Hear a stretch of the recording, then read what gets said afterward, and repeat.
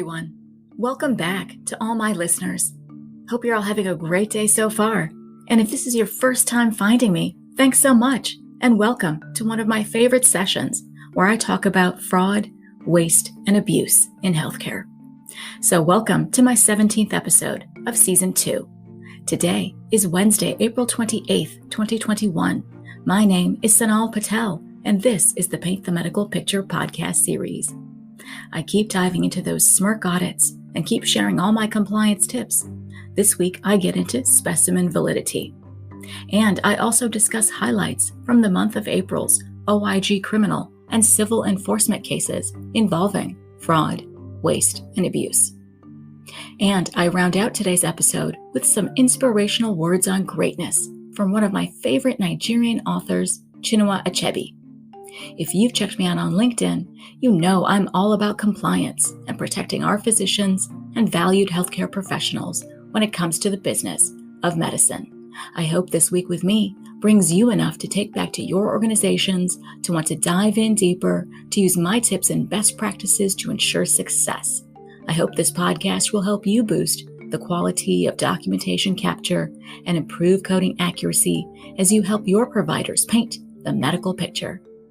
If you like what you're hearing, go ahead and hit that subscribe button now so you don't miss another episode. Please write in a review and 5-star rating on Apple Podcast or wherever you listen to my podcast. I'd really love your support. As always, a friendly disclaimer. Remember, I'm bringing you current healthcare news, my compliance tips and recommendations based on my over 10 years of experience in front office, back end, coding, and billing for multi-specialty physicians, compliance, and auditing for both E&M and surgical operative reports. These are my opinions alone and are not to be construed as legal advice. So, let's get into Newsworthy, the month's fraud, waste, and abuse cases.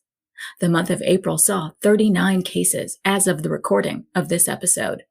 Early April saw a major pharmaceutical company agreeing to pay $75 million to resolve allegations that it knowingly underpaid rebates owed to the Medicaid drug rebate program. There was also a case allegedly involving bribes to homeless people who either walked in or were to be shuttled in to sign in for appointments that were later billed. Of course, these services were allegedly never performed, but the homeless continued to be bribed for follow-up visits as well. There was also a case involving a behavioral health provider that allegedly involved routine billing to Medicaid for mental health services provided by an unlicensed personnel member rather than the licensed behavioral health provider who was on site. To resolve the allegation, the provider will pay over $270,000. There were also many of the usual suspects, like illegal distributors of opioids with pill mill doctors. There were kickbacks, bribery schemes, genetic testing schemes for cancer, and money laundering galore. And the last of 6 individuals was sentenced in an $8 million fraud case that I've been keeping up with this entire year, that involved various pharmacies that were riddled with conspiracies, kickbacks, and allegedly fraudulent billings. But I'd like to highlight 2 cases that I find most interesting. First, this case involves a pain management provider who allegedly violated the False Claims Act, the FCA, by billing Medicare, Medicaid, and other federal healthcare programs for medically unnecessary urine drug testing, or UDTs.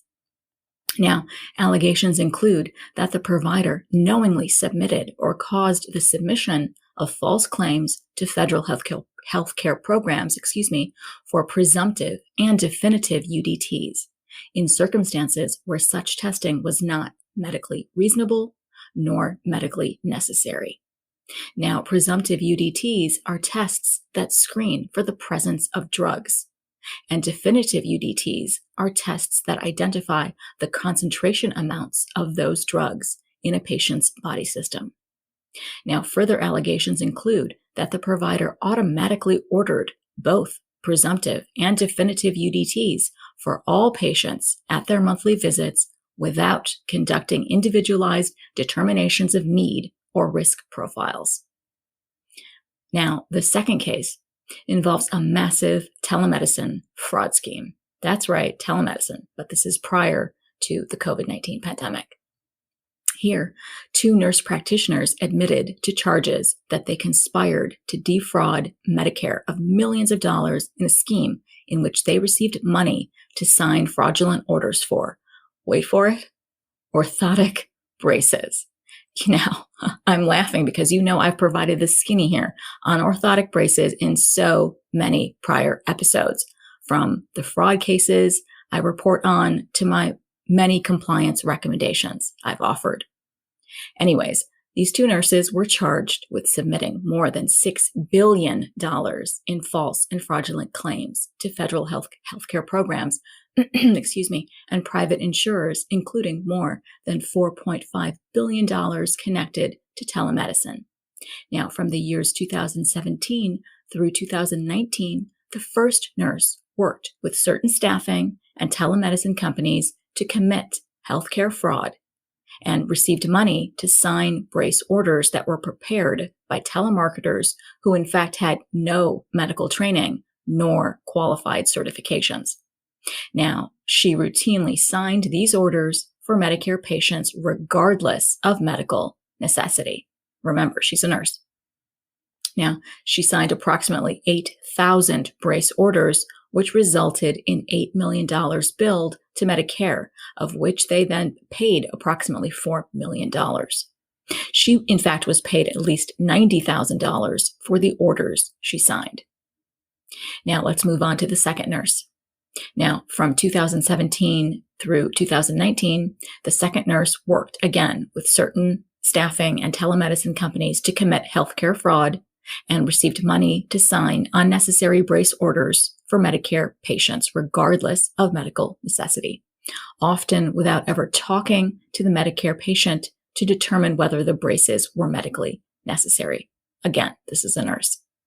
He signed approximately 7,000 brace orders, which resulted in $10 million billed to Medicare, of which they paid approximately $5 million.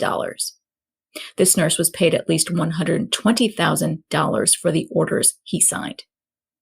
Both of these nurses face a maximum of 10 years each in prison and fines of $250,000. Now, the showcase pieces are incredible this month, right? They underscore that our providers need continued compliance education in the field of, yes, you said it, orthotic braces. We still need more education on how to do compliance, how to keep the paperwork, how to document for orthotic braces. Now, both cases also stress, of course, the overarching requirements for the medical necessity needed for all services rendered. So I always believe these types of fraud, waste, and abuse cases are most helpful. Take a deeper look into these reports and see how they may affect you, your provider, your facility. Start self-auditing your service claims and coordinating documentation to ensure you are meeting compliance. And stay tuned for my monthly fraud, waste, and abuse updates.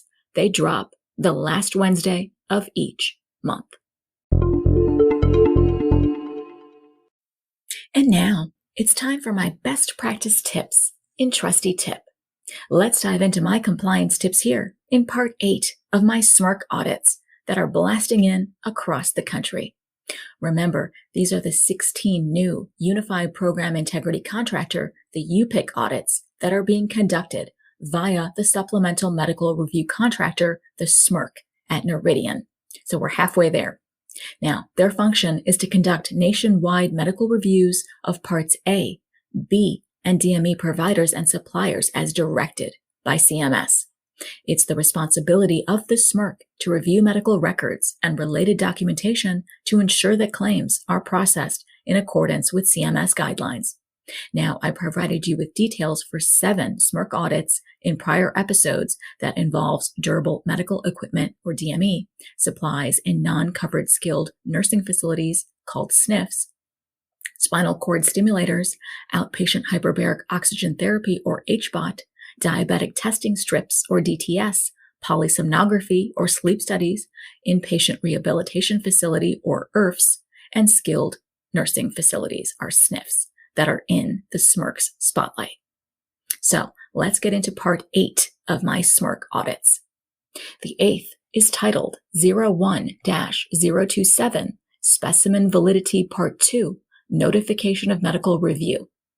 Now, Nigerian SMRC is conducting post-payment review of claims for Medicare Part B specimen validity claims billed on dates of service from July 1st, 2018 through June 30th of 2019. Remember, these are the time parameters. This notification includes the reasons for the review, documentation that will be requested in the additional documentation request letter, the ADR, and resources that providers and suppliers may wish to consult with as they're submitting their claims. Now, some background on the why. Why on earth this is happening? So let's go over some background details. Now, back in February of 2018, the OIG released a report for all of us that found that payments made to providers for specimen validity tests did not, in fact, comply with Medicare billing requirements. Now, Medicare identified claims improperly paid were paid to, in fact, 4,400 clinical laboratories and physician offices, and they ended up billing around $66 million for specimen tests that were used to determine the validity of the sample, and they were billed in combination with urine drug tests. Now, the OIG report also notes that CMS system edits at the time were not adequate to prevent payment for specimen validity tests billed in combination with urine drug tests. Now, in response to the OIG report, CMS directed the SMRC to perform medical review activities. And based on the project findings, CMS concluded that they needed still more further medical review activities would be necessary to determine whether claims were paid properly and within Medicare requirements. And of course, the reason for the review is very critical. They're narrowing it down for us in scope, thank goodness. Now, CMS has tasked the SMRC to perform medical record review to determine if the urine specimen validity testing billed with urine drug tests were medically reasonable and were medically necessary. Now, remember, Medicare does not pay for separately billed specimen validity tests when billed with associated urine drug tests. Now, the scope involves Nigerian SMRC performing data analysis and conducting medical reviews. Nigerian SMRC will complete their data analysis and review activities in accordance with applicable statutory, regulatory, and sub-regulatory guidance. They are honing in on place of service 11 for the office setting. They are also honing in on place of service 81 for the independent laboratory service setting. Now, they are further specifying CPT codes under review as well. There are a total of 8 CPT codes under scrutiny. Now, the first CPT code under scrutiny is CPT code 81000, and it's defined as urinalysis by dipstick or tablet reagent for bilirubin, glucose, hemoglobin, ketones, leukocytes, nitrite, pH, protein, specific gravity, urobilinogen, any number of these constituents, non-automated with microscopy. Now, the second CPT code under scrutiny is CPT code 81001, which is defined as urinalysis by dipstick or tablet reagent for bilirubin, glucose, hemoglobin, ketones, leukocytes, nitrite, pH, protein, specific gravity, urobilinogen, any number of these constituents automated with microscopy. Now, the third CPT code under scrutiny is CPT code 81002, which is defined as urinalysis by dipstick or tablet reagent for bilirubin, glucose, hemoglobin, ketones, leukocytes, nitrite, pH, protein, specific gravity, urobilinogen, any number of these constituents, non-automated without microscopy. Now, the fourth CPT code under scrutiny is CPT code 81003, which is defined as urinalysis by dipstick or tablet reagent for bilirubin, glucose, hemoglobin, ketones, leukocytes, nitrite, pH, protein, specific gravity, urobilinogen, any number of these constituents automated without microscopy. Now, the fifth CPT code under scrutiny is CPT code 81005, which is defined as urinalysis qualitative or semi-quantitative, except immunoassays. Now, the sixth CPT code under scrutiny is CPT code 82570, which is defined as creatinine, other source. The seventh CPT code under scrutiny is CPT code 84311, which is defined as spectrophotometry, analyte, not elsewhere specified. And the final eighth CPT code under scrutiny is CPT code 83986, which is defined as pH, body fluid, not otherwise specified.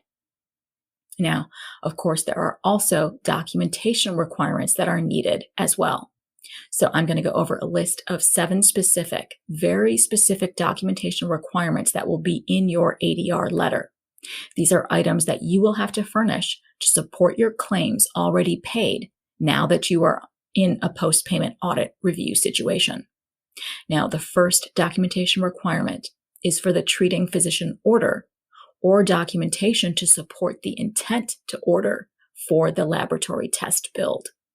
Now, the second documentation requirement is for those laboratory reports and those laboratory results for all services billed.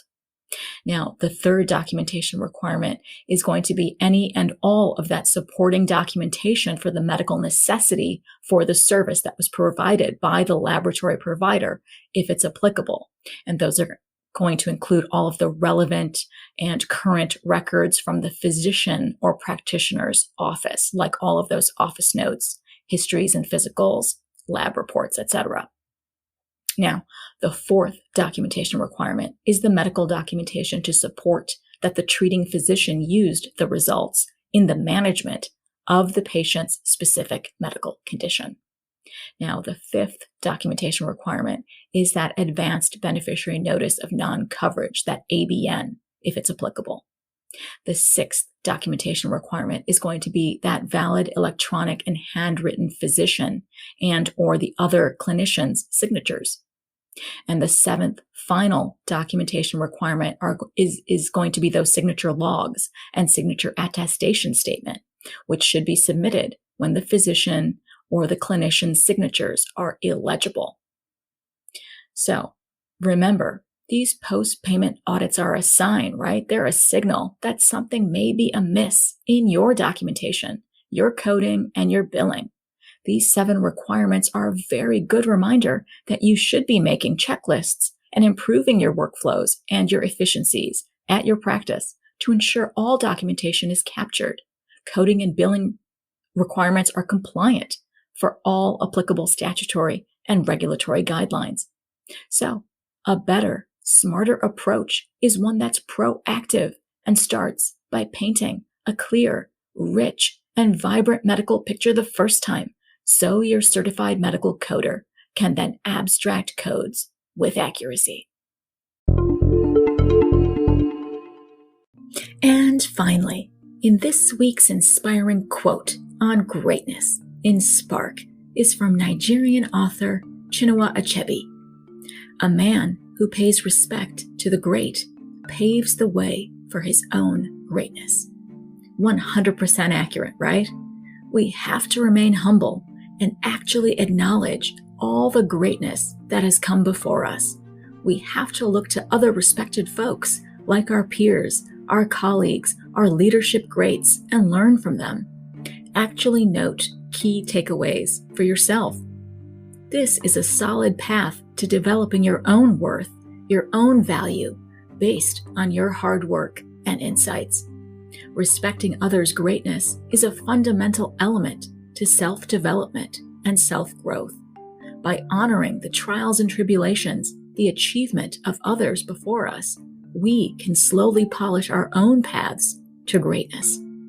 I am happy Chinua Achebe's spark still burns brightly in all of us today. So that wraps up today's episode. Please go out and make this a great day, an incredible week for yourselves. Go do great things this week. Aim a little higher, do a little more, and give back in any way you can in 2021. There's so much each one of us can do.